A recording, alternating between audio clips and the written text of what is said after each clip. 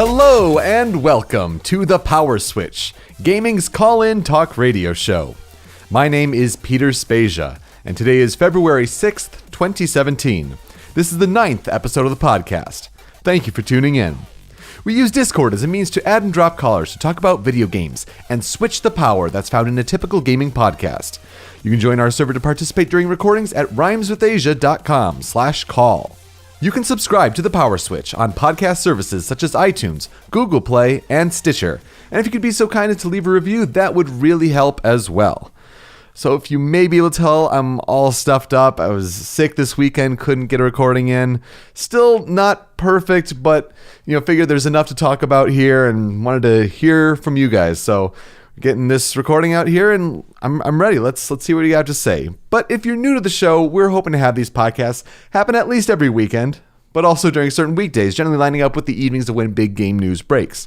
Now, first, I open the show for about 10 minutes to reflect on the show's main topic. Then after a small commercial break, we set up callers to join the show to either discuss the show's main topic or bring up any gaming question of your choosing. Once that's run its course, I'll end the show with the fun segment. We'll call it a day, hopefully in about an hour's time. Now, if that sounds like your kind of podcast, let's get right into it. Super Bowl 51 was last night, and it's the biggest television night of the year in North America, no question. Now, say what you will about American football, hand egg, whatever you want to call it, but last night's game turned out to be historic for the sport. But it's not really, totally video game related. I mean, you could say, yeah, Madden is American football's representation in games, and maybe Mutant League football is trying to make a comeback, on Kickstarter or something like that. But games, as they become a bigger part of media, we're starting to see them more and more in the commercials. And as it's the biggest night of television with a huge audience, I think the numbers just came in. It was, around 114-ish million. It was a slight dip from last year's number, but it's a lot of people. A lot of eyes on the television, and when games become part of those commercials, we should pay attention. And I wanted to kind of look over the games that were covered in the ads during the Super Bowl and kind of reflect on them and kind of see what the big takeaways were. And this is obviously the games that are featured during the game itself. You saw commercials like the recently announced Elder Scrolls Online Morrowind in the pregame, which I thought was interesting to see that there. But when people talk about Super Bowl commercials, I mean, this is, from the kickoff to the end of the game. And for a first overtime game and the 25-point deficit that was, 31 answered points by the Patriots over the Falcons, it was a big one. It was a notable year. So let's talk about the gaming commercials from Super Bowl 51. So it starts with the Nintendo Switch. I mean, Nintendo is no real stranger in a way to the Super Bowl. I mean, I guess first in an official Nintendo capacity, but last year you had the Pokemon 20th anniversary, and man, that was surreal last year. But seeing Nintendo Switch on the Super Bowl stage this year, I know that there was the reveal of the commercial a few days before. It seems like many companies do that nowadays, where let's show our commercial a few days in advance and let's get the buzz going. But to really see it in the context of all of the other commercials, I think it just made it more real in a way. The commercial took place during the fourth quarter, and you had some people making the case today on the day after that this commercial switched the course of the game itself. I mean, the Atlanta Falcons had an estimated 99.9% chance of winning before this commercial aired for Nintendo Switch. It's like 9:40 left in the game, and it was a margin of, 16? It was just ridiculous for a football game. But yeah, things really started to change with the Matt Ryan fumble, deep in Atlanta territory. But let's talk about the content of the commercial itself. You had a 20-something waking up to play a little bit of Legend of Zelda Breath of the Wild on this portable device, Nintendo Switch. Even as he prepares breakfast, he's still playing it. When before you know it, he's plugged this device into the TV to continue his progress where he's left off. This really was the perfect messaging for Switch, I think. It was simplified, it's concise, it's coming March 3rd, and you're seeing gameplay of The Legend of Zelda Breath of the Wild, which, got name dropped. It was almost like it was a commercial for Breath of the Wild, but wrapped up in the idea that this device is Nintendo Switch, coming March 3rd. And it seemed to get a lot of positive reaction, a lot of positive buzz. Interesting to note that this features the song Believer, which is a new song by Imagine Dragons. And you can only imagine that that kind of partnership was really only made possible by the cross-performance with Koji Kondo at the Game Awards 2014. So going from something totally console-based to something mobile-based, you had Mobile Strike. This is Arnold Schwarzenegger walking through a war zone that he's controlling from his phone as he's spouting his famous one-liners of "I'm back" and "Get to the chopper" and "Hasta la vista, baby." And the "Get to the chopper" one kind of hits on a personal level, I guess, for old Show Me Your News podcast fans. But the only gameplay that was shown was a brief shot on the ending splash screen. And yeah, I guess it makes it aware that it is a mobile game by saying, download free from the App Store. And just that little bit at the end. Just, huge production values, just like explosions and just a lot of crazy war nonsense. This is the second consecutive year that Mobile Strike has had a Super Bowl ad. And the game comes from Machine Zone, which, wouldn't you know it, it's the same company that made Game of War with that Kate Upton Super Bowl commercial from 2 years ago. So this really seems to be their big strategy, is these celebrity-infused, high production values that really don't tell you it's a game until it's just this ending little bit, it's a mobile game. Oh, okay. I think maybe the surprise of the night was a commercial that showed King Arthur, George Washington, Empress Wu, leading troops into a battle where centuries come together. This starred Jeffrey Dean Morgan, who you know from The Walking Dead, Aaron Eckhart, Fan Bingbing, who is apparently a really big celebrity in China, I guess. Literally zero gameplay. Just, a big war clash on the battlefield across centuries and a title splash at the end. Evony, The King's Return. And if you were watching this, it seems, okay, like, is this like a setup for a movie? What is this? And then you see the title Evony. Like, that just should set off alarm bells in your head if you've been paying attention to games over the last several years. Because Evony is the game that you may remember from advertisements that featured scantily clad women saying, "Come play, my lord." A multiplayer online game that was kind of building up your medieval army and taking on others. Say what you will about the advertisements, they're deplorable, those old browser ad-based ones, but they got 27 million players apparently by the end of 2011. So now this is apparently supposed to be the game's return, just, kind of rebranded. Hopefully, I guess, judging by the advertisements, maybe a little bit more mature advertisements. But this is from Top Games Inc., whereas Top Games USA was Evony, the original game. The reintroduction of the game from 2009. Really took me by surprise. I was even exclaiming at my Super Bowl party, like, Evony? Like, this is Evony.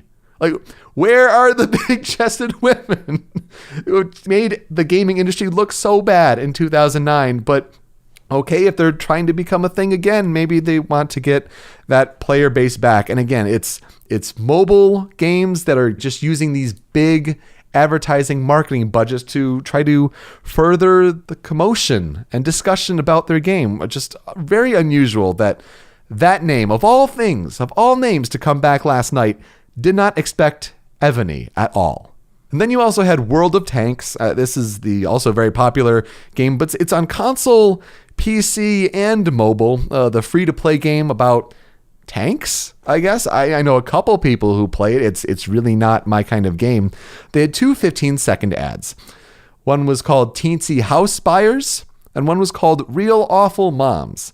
And for very short ads, the whole idea is that these are parodies of popular reality TV shows of House Hunters and The Real Housewives. And so, we're back to the show, and the nonsense is going on in this reality show, and then a tank comes out of nowhere and just makes things crazy. And they even say tanks rule. Again, no gameplay, not even on a splash screen. Really just pitching the whole idea that aren't tanks cool? And I think if you aren't bought by that whole pitch, then the game isn't for you. And whether or not that's successful marketing, I guess that's dependent on their player base. As someone personally, I'm not sold on a game by just saying tanks, right? That's really not for me. It's odd that reality TV was the target of all things. You could have had, big war sort of thing, and that would be a little more on brand, I suppose, because you compare it to the other mobile games, especially that were going on. I mean, big, climax on a battlefield with Ebony, and then a mobile strike. Things are blowing up everywhere, and it's reality TV, but with tanks. And the messaging seemed off. So, I guess there's only so much you can do in a short time, but it still felt a little off. So, the big takeaways. I think this was a big win for Nintendo's marketing, especially. You look at the Twitter reaction, it seems like there were a lot of people that were saying, oh, what is this Switch? It seems really interesting. It's cool that they're bringing Zelda back, which, Zelda never really went away, but that's the big exposure that this gets you. And yeah, you get the initial viewership with the Super Bowl. But when you think about that, this commercial is going to be certainly aired plenty of times after the fact, as all Super Bowl ads really, they keep playing it. But especially with this last month until Nintendo Switch launches on March 3rd in the United States, it's going to be critical to keep having this commercial on TV. And it's a positive thing that it's a good commercial, at least. So I guess we'll be glad to see it, but it's a big win for Nintendo's marketing. That was so missing from the Wii U days. The messaging of what Switch is clear, and it seems to have people enthused. It's also big for the notion that pouring money into the marketing budget of your mobile game is seeming to be a key strategy. Not necessarily spending money on the development time or the quality of the game. It could be the greatest game, but if it doesn't have marketing, it's not going to make a splash in the mobile space. Or that is, if it's not tied to a notable IP like these newer Nintendo games are with, Pokemon Go, Fire Emblem Heroes, it won't make that big of a splash. Super Mario Run, even though many people didn't buy into it, the big exposure was the IP. But if you're just starting new, you have to really go in on the marketing. Whether or not that's a good thing for the mobile space, that's up for determination. But the marketing budget is key if you want any sort of notable awareness. I was never going to know that another Ebony game was out there, but sure enough, they got what they wanted. Now, granted, I'm going to stay away, but that's what the marketing is for. Ultimately, though, I think, especially when it comes to gaming as a whole, I think the industry needs to be more proud of the product it's marketing. And I think this is where Nintendo especially succeeded, and where the mobile games really hid behind deceptively cinematic visuals. You had all of the big explosions and the epic battle scenes and all that, but what was the game? Are you proud of the game you're selling, or are you just trying to trick people into downloading your game and maybe just pouring money into your deceptive monetization practices? At least with Nintendo's advertisement that played on the Super Bowl on the big stage, at least they're proud of the product that they're selling. They're showing the gameplay, they're showing the use in everyday life. You can tell that that's an accomplishment of an advertisement. That's much better than what Wii U was. And I think that's more what game advertisements should be like. You're looking at all of the movie trailers that were during the Super Bowl last night. They're showing the product and it's actual content. It's not saying, Guardians of the Galaxy 2, but we're going to do CG of all the action that isn't representative of what goes on in the movie. No, the Guardians of the Galaxy 2 sells the humor and the characters. That's probably what games should go towards. And, I think when we start to see a game trailer on the Super Bowl stage, that will be a big step. But for now, we have mobile games and then Nintendo a step above. Anyway, that's what I think. When we come back, we'll get to the callers. What do you think about what I have to say? I'd love to hear your thoughts, but you can also bring up whatever gaming topic you'd like to discuss. And don't forget, you can also reply to what another caller had to say too. That's all when we come back here on the Power Switch.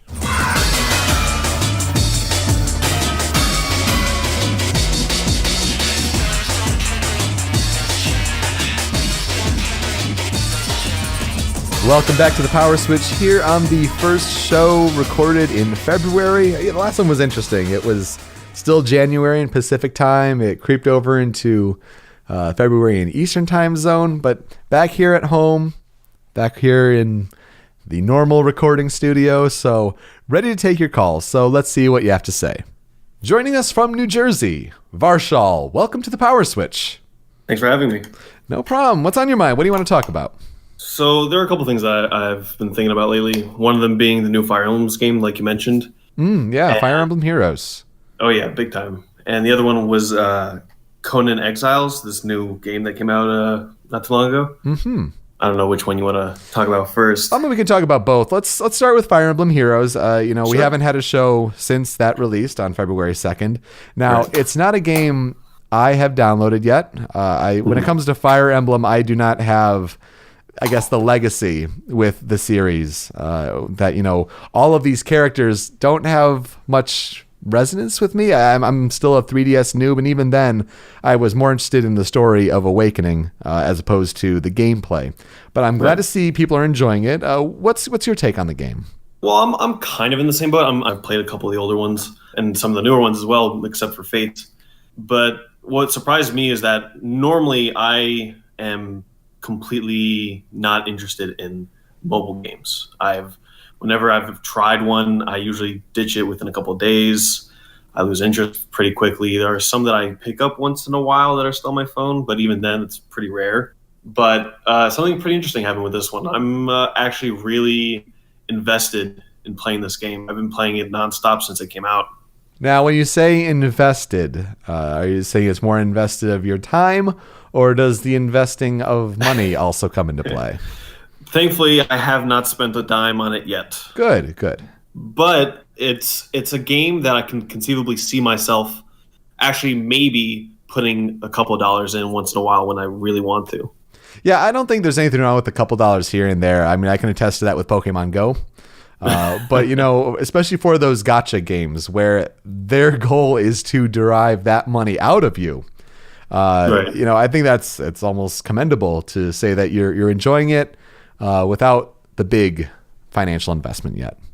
Yeah, I mean, it really gives you the several opportunities, at least at this early point, where they give you a lot of in-game currency. They give you a lot of opportunities to gain in-game currency, and it's very easy to attain it and burn through it as well. It's very easy to burn through the in-game currency, but it's fulfilling. It's the collection aspect. Sometimes in some games can be a little off-putting, but I don't know. It's got me hooked. Good. What are some of your party members, I guess, you're rolling with right now?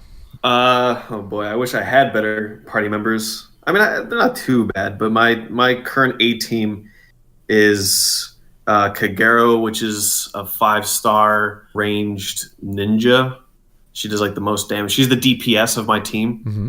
I have a Baruka, which is a 4-star. She has her moment. There's this running trope with her that she kind of runs bad luck when you have her on her team. But she's actually been serving me pretty well. I have Tiki, which is a dragon lady. I don't really know her lore too much. I think she's a character that's kind of been in many, if not all, of the Fire Emblem games. So yeah, she's a notable character for sure. Yeah. Yeah. And then I have Lissa, which is one of the characters from the previous Fire Emblem game. Yeah, that was Awakening. Yeah. Mm-hmm. Yeah. All right, nice. Besides that, I have a whole bunch of 3 stars and 2 stars, but it's got me hooked and interested on getting those better characters. Good stuff. Dark Ryan, our podcast chat over on Discord, saying Tiki's been in 3 games, and Anna has been the one in all of them. So thank you for the fact check there. I appreciate that. So were you a player that, I guess, in these gacha games, there seems to be the whole idea that when you start the game, you just reroll, and you don't stop until you are set with a party that you're happy with. I mean, was that something you went by, or just start and then kind of learn the game? As of right now, I have a team that I really enjoy it. One of them is at level 30. I've been leveling them up as much as I can, but I haven't really been completely compelled to reroll, as you say. I want to. I definitely want more characters, more variety, but I'm pretty okay with what I have right now. I enjoy leveling them up and going through the motions and attaining new currency and just going through all the quests and getting the achievements and whatever you need in the game. Very good. That's nice. I think, playing that way, it seems like you'd be playing more with characters that you wouldn't normally otherwise play as. And so I think there's definitely some value in that. That's really cool. Right. I'm curious to eventually try it. But I wonder if it's just, we're soon going to be upon us with March and just this glut of games. I know, Mass Effect Andromeda is going to be a big one for our community. Yeah. Like that's going to be really exciting. Persona 5 in April, like that'll be huge. And of course, Switch. So we're upon these big games in the next couple months. But, I guess to find something to play in February, maybe that's Fire Emblem Heroes for me. But I'm really glad that's working out for you. Yeah, it's been a really huge surprise. I mean, there's every chance that it's gonna slow down my investment. It might be like an hour or two a day or even less that I put into the game. But as of right now, I'm thoroughly enjoying it, and I'm hoping it sticks that way, especially since apparently they're going to be just pumping out content after content as much as they can for this game. So I'm hoping that sticks true. And that's good. That's kind of what you need for the longevity. I mean, you see when Pokemon Go gets those little content spikes, I mean, that really helps players get back to the game. So that'll be interesting to see. Just Nintendo on mobile, it's going to be a continued fascination, I think, just to see, do they adapt to current industry trends with mobile games, or do they try to break their own mold? I can see where there are going to be learning experiences, like with how they message the monetization for Super Mario Run. I think that's something they could certainly learn from. But, these gacha games, like there's a formula there. And, trying to stick to that, but really keeping the sense of what Fire Emblem is. I think that's a success to them, but it's really only limited by the audience reach of Fire Emblem. And I don't think you're going to get too many people coming into it who don't know what Fire Emblem is. And I wonder what, the statistics will be on that. I think that'll be telling in the coming weeks. Absolutely. Now, Conan Exiles. I can't say I've heard too much about this. I've heard the title floated around a couple times, but I'm curious, what's your take on it? Well, it's a new MMORPG that came out in early, I forget how long ago, but it was fairly recent.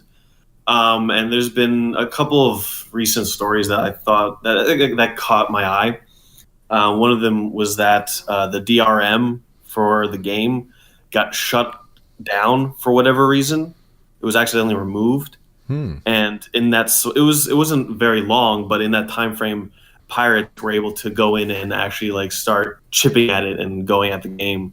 And I found that pretty interesting. It was the Denuvo tamper. Yeah, they've had a bad string lately. I mean, they also had it on Resident Evil 7, and then that got cracked very quickly. And now they're having something where they got hacked, and their emails may have leaked with possible communications to Capcom. It hasn't been a very good week or two for Denuvo. Yeah, it's kind of unfortunate because a lot of people have actually been really enjoying this game, and I mean, it's not really too far from what you see nowadays from early access MMORPGs. But I think what intrigues people about this game in particular is the fact that it is a created world. The lore is out there and it exists, and it's a rich world. I mean, Conan's been around for a long time, a very long time. And just seeing that in another game form that gets people interacting with one another is interesting. Another aspect, another story that I found actually, the game developers want to integrate a new game mechanic into the game. Normally, when you kill an enemy, you're able to take their head and put it on a pike and as an intimidation for your base or whatever. They're thinking about adding castration to the game. Now, the interesting thing is with this game is they've added pretty in-depth character customization. They had that with their last Conan game. I forget what it was called. I think it was Age of Conan. That sounds right, yeah. And they had it for the female character model. Well, now they have a slider for the male character model. And I'm sure you can figure out what for specifically.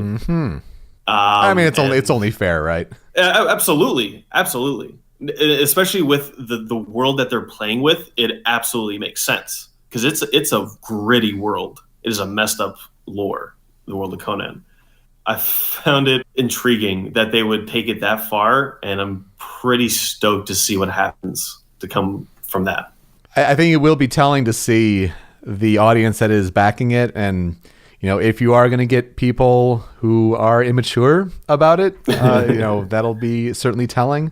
I think it's good that games are handling that kind of subject matter, just kind of being more matter of fact about it. more just a greater balance between the two sexes. That's always a positive thing. But yeah, I think it is really dependent on the world, and you're right, that does make sense when something could be more visual like that. That's certainly that's an interesting feature.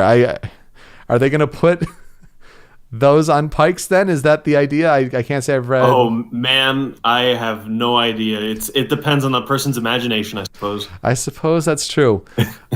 I did see that article on Kotaku recently, just today. And I hope in a way that the publicization of that feature does not attract those kind of dregs on the internet to it and kind of ruin it in a way.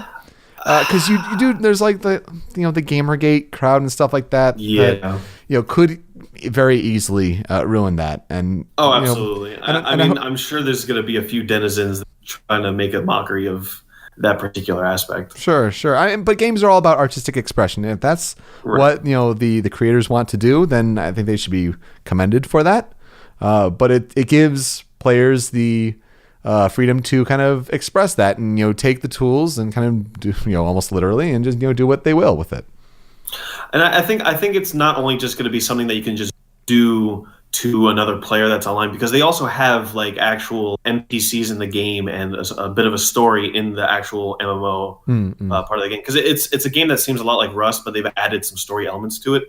So I'm hoping that they'll add that, because there's one thing you can do in the game where you can take an NPC and enslave them and turn them into like a worker for your base and have them protect you and protect your base.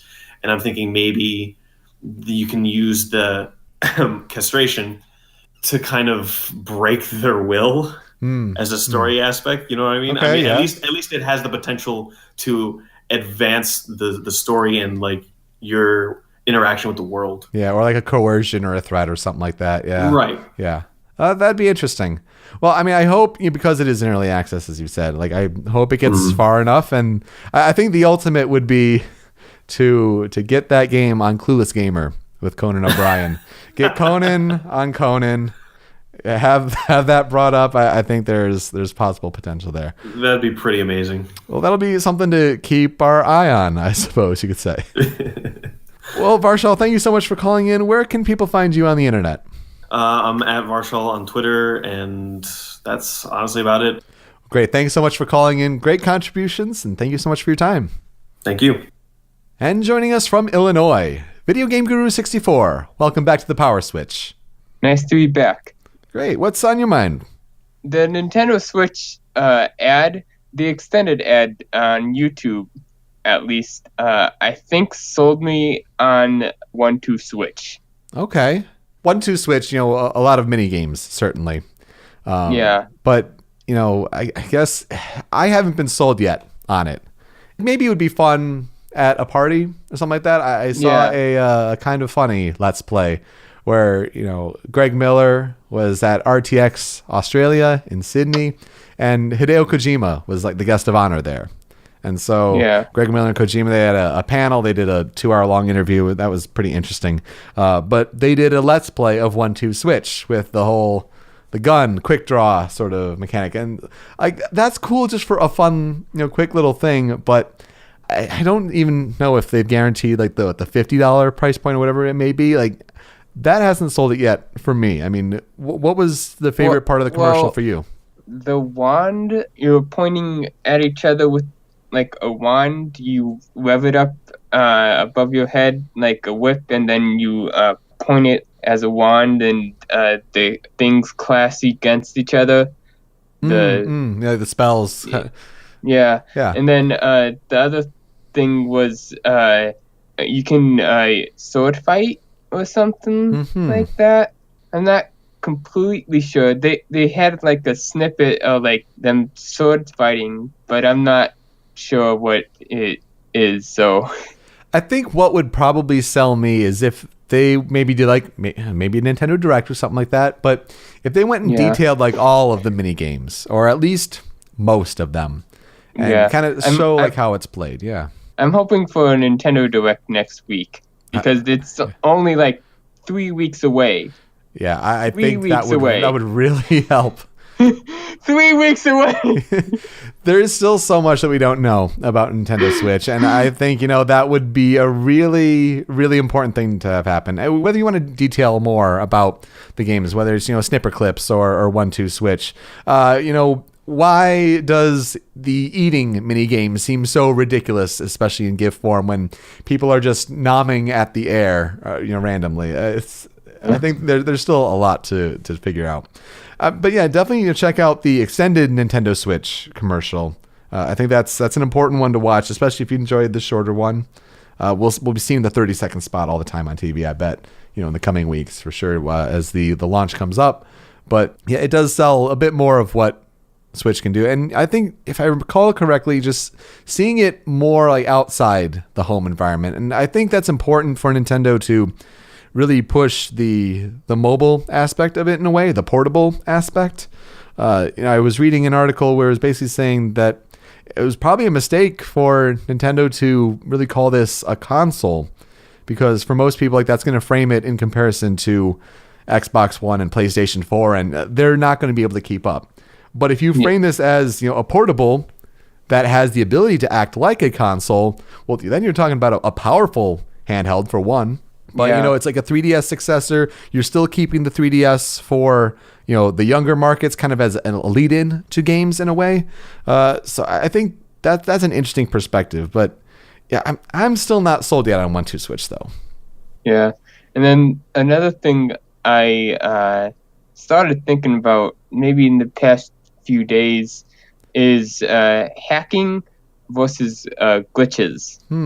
Like in tournament settings, I should say it's probably just for Pokemon, but maybe something else could work for it too. But hacking is a big issue in the Pokemon scene right now. And the glitches, would you consider that a hack, or would you consider it part of the game? So what kind of glitches would you be referring to in the Pokemon competitive scene? Well, I've just been given a 6 IV Ditto, and the person who gave it to me said it wasn't hacked, but it was glitched to make more Dittos. That's unusual. Yeah. I'm trying to think of how that could possibly be done. I mean, certainly 6 IV Pokemon can be done. It was done in the 5th generation. Oh, okay. Yeah, that's certainly possible. It still takes a lot of work. I guess I'm a little removed from the metagame of Pokemon to know whether or not Pokemon that are generated with like a Pokegen or something like that, in past gens, if when you move them to Gen 7 through the Pokebank or whatever, I wonder if that kind of breaks Nintendo's detection methods. That I'm not entirely sure of. I got it to the Pokebank. It seems to be fine. And another person that I was hanging out with, his Ditto couldn't go into the Pokebank because it was from another person that said it was hacked or something. Mm-hmm. So I don't know what they're checking for in the Pokebank. It must be if it was genned, because then the glitch, which can duplicate Pokemon, I don't know if that would even matter too, so I don't know. Yeah, I mean, if it's a glitch in game, and if they're generally playing by, in a way, the rules of the game, if exploits in a way. I mean, what Missingno was kind of the whole same thing. Like, getting all the rare candies back in the day. I mean, a lot of people used it. It was a kind of passed around sort of story in a way of how to get Missingno and duplicate your 6th item slot. I think there's no problem with that. That's kind of exploiting the game's rules. But when you add that external element for hacking, like a Pokegen app, I think that has dangerous consequences. I'm not a fan of that.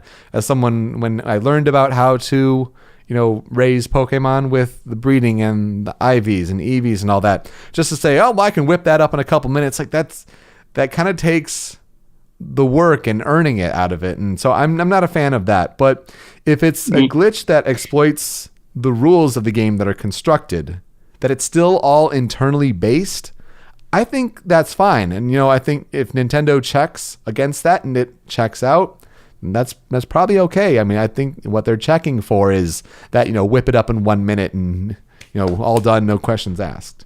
Yeah. And I'm not a fan of Poke-Gen or hacks or anything like that either.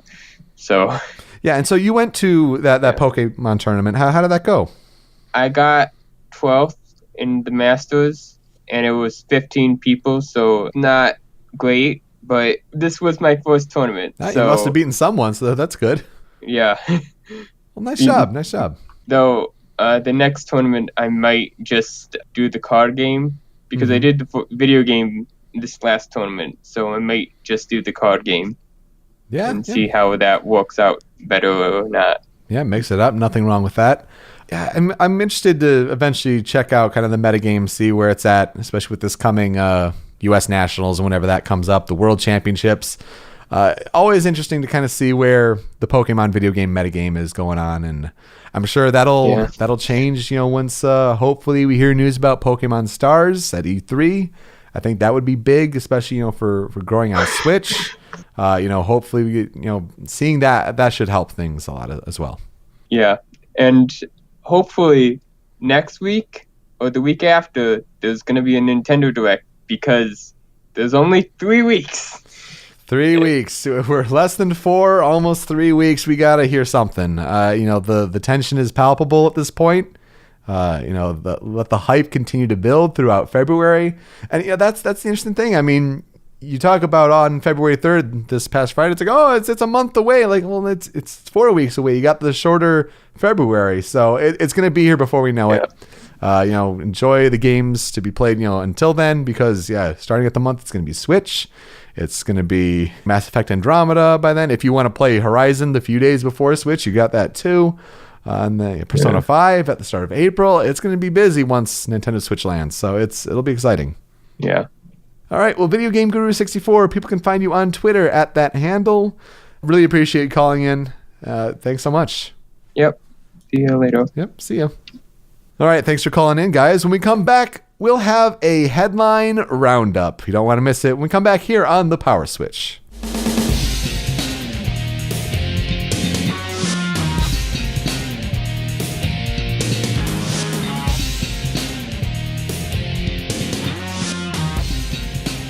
Welcome back to the Power Switch. This week's Tempo Control music is brought to you by Sonic Adventure 2. You can find a new video game music top 10 playlist from a specific game soundtrack every Tuesday over at youtube.com/rhymeswithasia. Now it's time to get to a headline roundup. Big news in the game industry this week as Kotaku has kind of unveiled GameStop's Circle of Life methodology. And this is something that's apparently been going on for years and it's really just only been given this kind of coverage. But it's the idea for GameStop that there are 4 tenets of their kind of business practice. There's pre-orders, there's reward card or Game Informer subscriptions, used game purchases, and game trade-ins. The idea is that 30% of their money coming in needs to be from the first 3. So pre-orders, reward card subscriptions, used game purchases. And it's creating a lot of these stories of really scummy practices that used games are slightly lowered from standard retail price, but the new game is, half price on a sale. Just talks of certain employees saying, oh, well, we're out of the new game, even though they have plenty of stock. But hey, go for the used game. We have that in stock because that helps push their metrics there. Now, metrics are a part of retail. And if you've worked in, specifically video game retail, I mean, I worked at Toys R Us for a couple years, that's the case. And it's not infeasible that this has been around for a long time, certainly. But, getting the coverage like this, it's because of the good work of Kotaku and the kind of journalism that they are doing, especially lately. So it's good to kind of get that out there, and hopefully it changes the culture a little bit, but it's part of a vicious cycle, really, between the game industry and GameStop. And the game industry takes a big cut out of the games that they sell because they have to make the money. So that kind of short shifts GameStop a little bit, but at the same time, GameStop makes so much money with the used market, and that doesn't go to the game industry. Now, both need each other, especially when physical game sales are still a thing, but they're kind of screwing each other in a way, and it's a really odd dichotomy with the way GameStop operates. When you think about it, and this 30% circle of life thing, I mean, I normally operate with GameStop that I go in and buy a new game, or maybe I'll take advantage of do some used browsing. But for people who go in and say they're going to buy a PlayStation 4 Pro, that's $400, and they don't have a reward card, or they already have one, but it's not a new subscription. They're not going to pre-order anything. They're not going to buy any used games. That's 30% of that $400 has to be made up with those other things. Like that's a really dangerous precedent. Hopefully it kind of gives GameStop a sense that maybe they have to redo their metrics. Also in the headlines, a jury has ordered that Oculus, or in a sense Facebook, has to pay $500 million to Zenimax as a result of a long legal battle. Polygon has been detailing this. If you want to learn more about it, check it out. It's an interesting case of, Oculus has had kind of this entry into the VR space, especially tied with another company like Zenimax. The talent coming over from Zenimax, and John Carmack's involved, Palmer Luckey is involved. Just odd sort of dealings there, and for a jury to vote in that favor in a way for the $500 million payout, it was going to possibly be up to $2 billion. Oculus is costing Facebook a lot of money.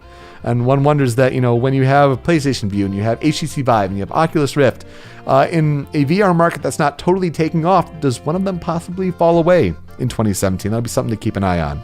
Now, as we mentioned earlier in the show, Nintendo Switch is less than 4 weeks away from launch, and we don't know anything about the online infrastructure or the virtual console plans. So, yes, hopefully the Nintendo Direct should be coming soon. But Nintendo President Tatsumi Kimishima told Nikkei that online services will cost 2,000 to 3,000 yen annually. That's about $17.60 to $26.40 based on the exchange rates of the article at the time. That's a pretty good price for an annual service, especially when you compare it to the $60 for PlayStation and Xbox. And they say it's to have the server upkeep, to have better services for things like downloadable content. I think it's more favorable, and you're even seeing some of the memes where, at first a paid service, but you're walking out the door. Oh, that price, you got me walking back in. It'll be interesting to see, especially when they talk about the virtual console service and the whole idea with the one game that you only have for that month, you gotta knock down the price. And so if it's around $20 a year, I'll take it. That's pretty reasonable, I'd say.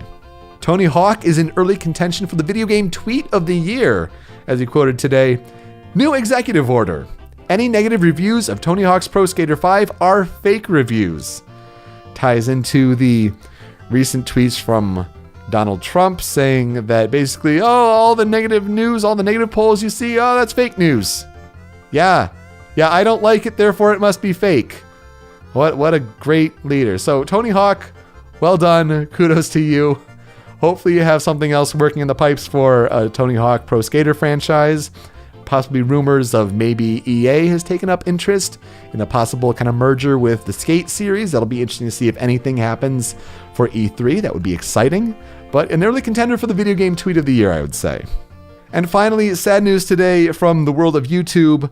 The last episode of Hot Pepper Gaming was released, and they talked about Skyrim Remastered, an unusual choice for the last one. Basically, all the creators are moving on to bigger and better things. And, I guess 3.5 years the project's been going on for. That's a pretty good time in the YouTube space. At the same time, though, for it to stop like that, it's sudden. And I think it's taken a lot of people by surprise. It was one of those ideas where the elevator pitch was just perfect. You talk about and review video games after eating a hot pepper. And man, they were going to some pretty big extremes. I mean, there was this flashbang sort of sauce that they were reviewing. It's at 3.5 million Scoville units. It's more than the Carolina Reaper. That's saying, no more than a drop. Pretty crazy stuff. They're kind of pushing the limits there, but it's always kind of sad to see, the ending or the conclusion of a kind of YouTube mainstay, especially in the video game space. And honestly, I mean, they're moving on to bigger and better things. One of them's, working as a video game writer. One of them's on the Game Grumps team now. I mean, they have big aspirations. And so what was started as a side project for them, wish them all the luck in the world. I hope, in a way, someone continues sort of the spirit of it, because it is a great idea. But as someone who's worked on a project for years, I can understand, there comes a certain time where you have to move on and try new things. So Hot Pepper Gaming, that'll live on in the YouTube gaming history. And that'll do it for this episode of The Power Switch. We are hosted by rhymeswithasia.com, and we're on YouTube and Twitch at Rhymes with Asia. You can find us on Twitter, Facebook, and Instagram at The Power Switch. And you can email us any questions, concerns, comments, or opportunities at powerswitchpod@gmail.com. Most importantly, to participate in future episodes, you should join our community on Discord by visiting rhymeswithasia.com/call. It's a small but growing community, and in these early months of the show, it'll be easier than ever to have your voice heard on this podcast. If you want a YouTube video to watch, I would say check out The Jimquisition by Jim Sterling. His episode today that just came out on the Circle of Life GameStop practice, he calls it Circle of Strife. But Jim Sterling always does great work, especially with Jimquisition and other stuff on his channel. But it really helps kind of break down the whole issue with the practice and how dangerous and predatory it is on customers, but also the odd dynamic between GameStop and the game industry and how they kind of need each other, but they're trying to take each other's money in a sense. It's a really interesting watch. I really recommend it, especially for the ending when he makes a statement there on the legal battle that he's been fighting. Anyway, I will be in Chicago later this week for the auto show there, so maybe we'll get to record another show on the road. It depends what happens in the video game industry there. Stay tuned to our Discord channel as that develops, and also our Twitter. Regardless whether it's live or on your own time, I look forward to you joining us for our next episode. With that, I'm Peter Spezia. Until next time, switch up, call in, game on.